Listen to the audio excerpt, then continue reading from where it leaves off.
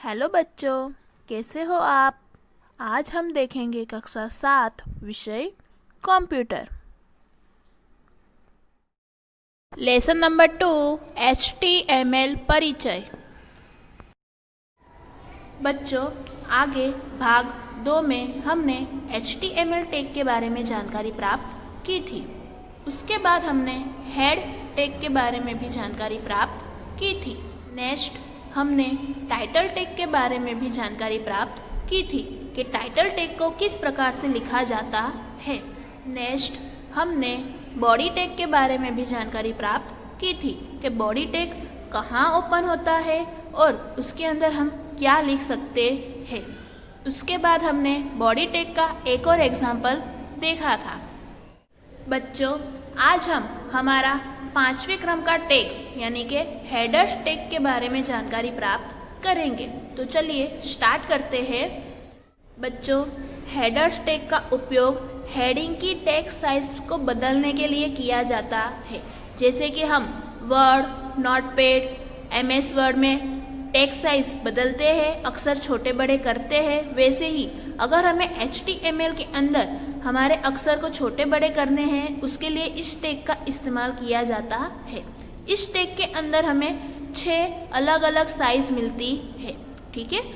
जैसे H1, H2, H3, H4, H5, H6, इस प्रकार से आपको 6 अलग अलग साइज मिलती है, जिसमें H1 जो होता है वो सबसे बड़ी टेक्स्ट साइज होती है और H6 जो होती है वो सबसे छोटी टेक्स्ट साइज होती है, ठीक है।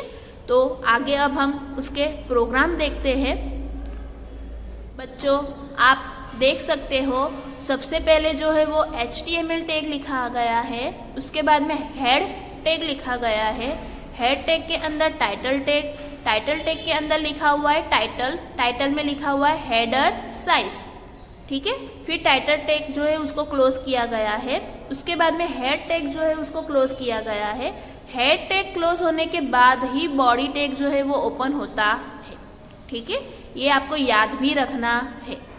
बॉडी टैग ओपन होने के बाद यहाँ पर देखिए H1 लिखा गया है टैग के अंदर और यहाँ पे लिखा है साइज 1, ओके।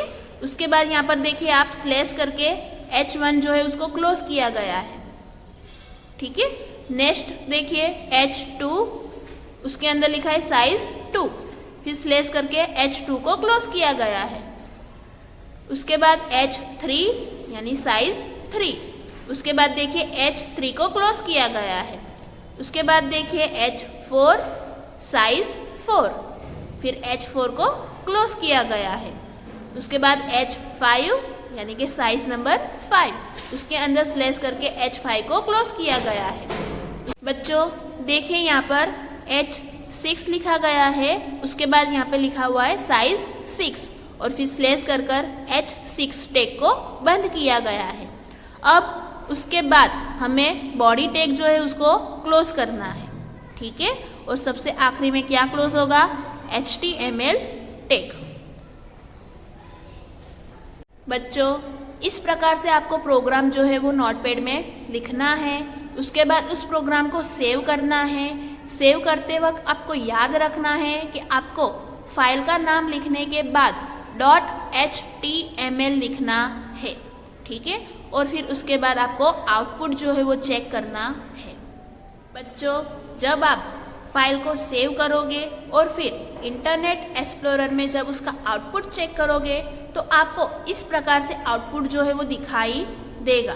यानी कि H1 में आपने जो लिखा था वो सबसे बड़े अक्षर में आएगा, H2 में उससे छोटे, फिर उससे छोटे, उससे छोटे, यानी कि अंत में H6 में सबसे छोटे अक्षर आपको मिलेंगे।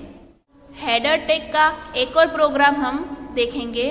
देखिए आप, सबसे पहले लिखा हुआ है HTML, उसके बाद हेड, हेड के बाद टाइटल, टाइटल में सेम हेडर साइज टाइटल दिया हुआ है। उसके बाद टाइटल क्लोज किया गया है। टाइटल क्लोज होने के बाद हेड टैग जो है वो क्लोज हो जाएगा। उसके बाद आपका बॉडी टैग ओपन होगा। बॉडी टैग के बाद आपका जो हेडिंग टैग है वो स्टार्ट होगा। हेडिंग टैग में यहाँ पर हमने लिया है H1, ठीक है। H1 में अक्षरों की सबसे बड़ी साइज होती है, तो आपको याद रखना है कि H1 में आपको जो सबसे बड़े अक्षर में लिखा हुआ चाहिए वो आपको अंदर लिखना है और फिर स्लैश कर कर H1 को क्लोज करना है। ठीक है, वैसे ही H2, H3, H4, H5 और H6 जो है वो आपको लिखना है। ठीक है, और उन्हें क्लोज भी करना है, आप देख सकते हो।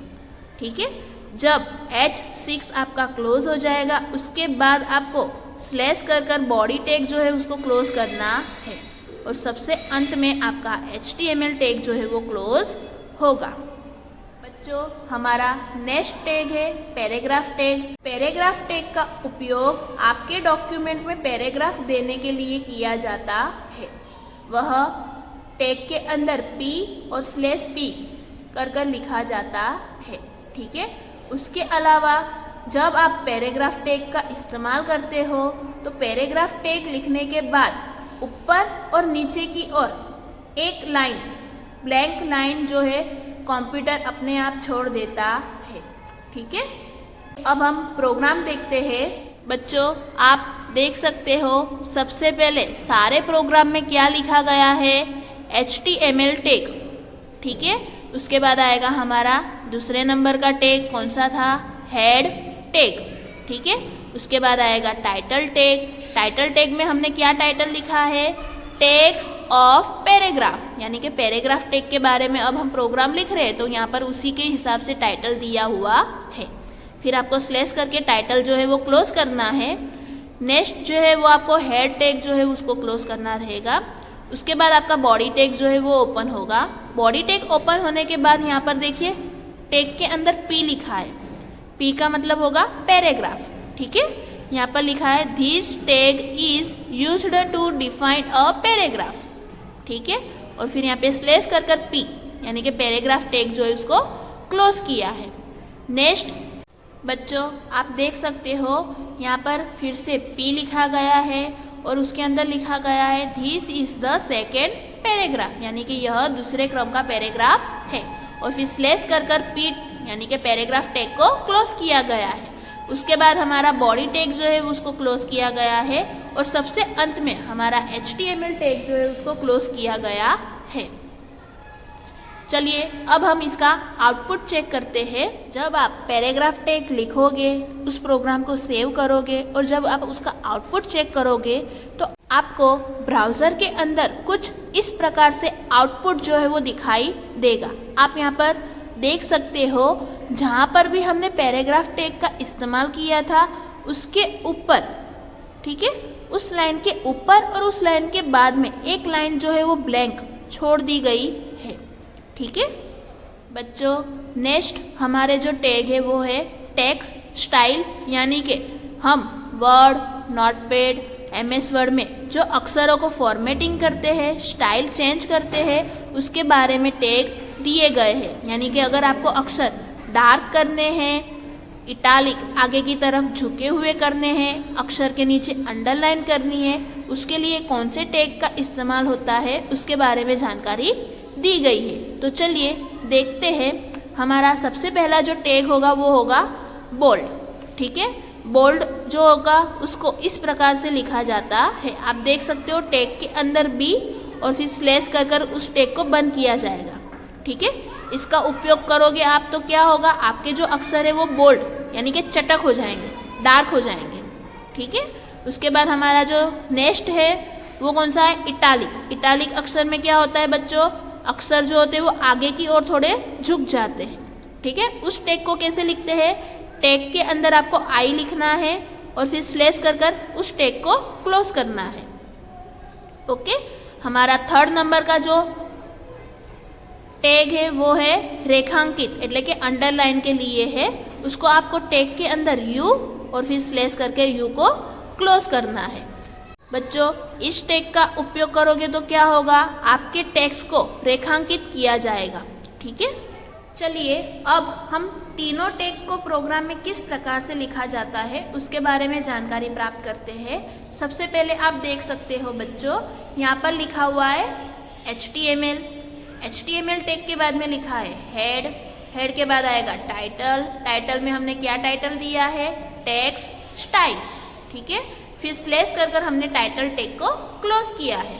क्लोज करने के बाद हमने क्या किया है, यहाँ पर हेड टैग जो है उसको क्लोज किया है। हेड टैग क्लोज होने के बाद यहाँ पर बॉडी टैग जो है वो ओपन होगा। बॉडी टैग ओपन होने के बाद आप यहाँ पर देख सकते हो टैग के अंदर पी लिखा है। पी का मतलब क्या होगा बच्चों, पैराग्राफ, ठीक है। उसके बाद यहाँ पर टैग के अंदर क्या लिखा है, बी। बी का मतलब होगा बोल्ड, ठीक है। फिर उसके अंदर एक लाइन लिखी है, this text is in bold style, यानी कि ये जो लाइन होगी, ये जो अक्षर होंगे वो कौन से स्टाइल में होंगे, बोल्ड स्टाइल में होंगे। उसके बाद आप देख सकते हो स्लैश करके बी टैग यानी कि बोल्ड टैग जो है उसको क्लोज किया गया है, और फिर आगे स्लैश कर हमारा पैराग्राफ टैग जो है उसको भी क्लोज किया गया है। उसके बाद जो नेक्स्ट लाइन है हमारी, उसमें फिर से पैराग्राफ टैग लिया गया है। उसके बाद हमने इटालिक टैग का इस्तेमाल किया है, ठीक है, यानी कि टैग के अंदर आई, ठीक है। फिर उसके अंदर हमने लिखा है this text is in italic style. फिर यहाँ पर देखिए इटालिक टैग ओपन था तो उसको ही पहले बंद करना है, ठीक है, स्लैश करके, और फिर पैराग्राफ टैग जो है उसको क्लोज करना है।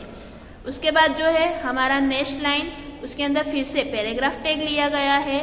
फिर टैग के अंदर यू लिखा गया है, यू का मतलब होता है अंडरलाइन, ठीक है।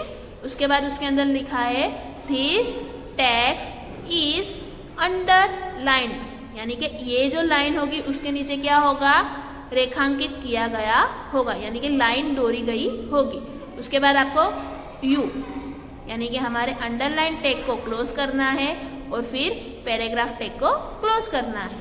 उसके बाद हमारा बॉडी टैग जो है वो क्लोज होगा, और फिर सबसे अंत में हमारा HTML टैग जो है वो क्लोज होगा। इतना लिखने के बाद आपको प्रोग्राम को सेव करना है। सेव करते वक्त आपको याद रखना है कि फाइल का नाम देने के बाद आपको .html लिखना है, ठीक है। चलिए अब हम इसका आउटपुट चेक करते हैं। बच्चों आप देख सकते हो आउटपुट जो है वो आपको ब्राउज़र के अंदर कुछ इस प्रकार से दिखाई देगा। सबसे पहला जो हमारा टैग था पैराग्राफ टैग और बोल्ड टैग, आप देख सकते हो ये अक्षर कैसे दिखाई दे रहे हैं, आपको बोल्ड दिखाई दे रहे, यानी कि गाढ़े दिखाई दे रहे, ठीक है। उसके बाद जो हमारा इटालिक टैग था, तो ये अक्षर आप देख सकते हो ये वाली लाइन आगे की ओर थोड़ी झुकी हुई है, ठीक है। उसके बाद जो हमारा टैग था अंडरलाइन टैग, तो आप देख सकते हो ये वाली जो लाइन है उसमें नीचे अंडरलाइन किया गया है, ठीक है। बच्चों ये जो प्रोग्राम है ये हमारा आखिरी प्रोग्राम है। इसके अंदर स्टार्टिंग से लेकर अभी तक के जितने भी टैग्स जो है वो सारे टैग्स का इस्तेमाल किया गया है, ठीक है। यानी कि ये प्रोग्राम आप कह सकते हो कि पहले से लेकर अभी तक जितने भी हमने टैग के बारे में जानकारी प्राप्त की वो सारे टैग जो है वो इस प्रोग्राम के अंदर इस्तेमाल किए गए हैं। आप देख सकते हो सबसे पहले HTML टैग है, उसके बाद हेड के बाद टाइटल में टाइटल दिया हुआ है, फिर टाइटल क्लोज किया गया है, फिर हेड टैग जो है उसको क्लोज किया गया है।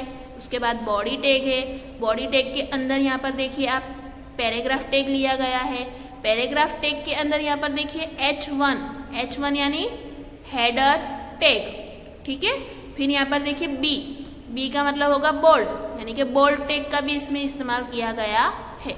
फिर इसमें लिखा गया है द इंडिपेंडेंस डे, ठीक है। और फिर यहाँ पर देखिए बोल्ड टैग जो है उसको पहले क्लोज किया गया है, फिर हेडर टैग को क्लोज किया गया है, और फिर पैराग्राफ टैग को क्लोज किया गया है, ओके।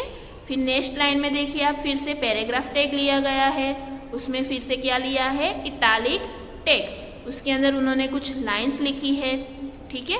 यहाँ पर हमें दिखाई नहीं दे रहा है, पर इस लाइन के बाद में उन्होंने क्या किया होगा, इटालिक टैग को क्लोज किया होगा, और फिर पैराग्राफ टैग जो है उसको क्लोज किया होगा। अंत में उन्होंने बॉडी टैग को क्लोज किया है, और फिर HTML टैग को क्लोज किया है। चलिए अब हम इसका आउटपुट चेक करते हैं। बच्चों आप देख सकते हो यहाँ पर सबसे पहले जो लाइन है द इंडिपेंडेंस डे, ठीक है, वो बड़े अक्षरों में भी है और डार्क भी है, ठीक है। उसके बाद की जो लाइन है वो इटालिक स्टाइल में है, ठीक है। आप आपको इस प्रकार से HTML के जो प्रोग्राम है उसको नोटपैड में लिखना है, फिर उसको सेव करना है और फिर उसका आउटपुट जो है वो चेक करना है। ठीक है। यदि आपको इस वीडियो में कोई भी प्रॉब्लम है या वीडियो समझ में नहीं आया है तो वीडियो को बार बार देखें। ठीक है। और अगर आपको मेरी वीडियो अच्छी लगी हो तो आप इसे लाइक, सब्सक्राइब और शेयर करना ना भूलें। Thank you.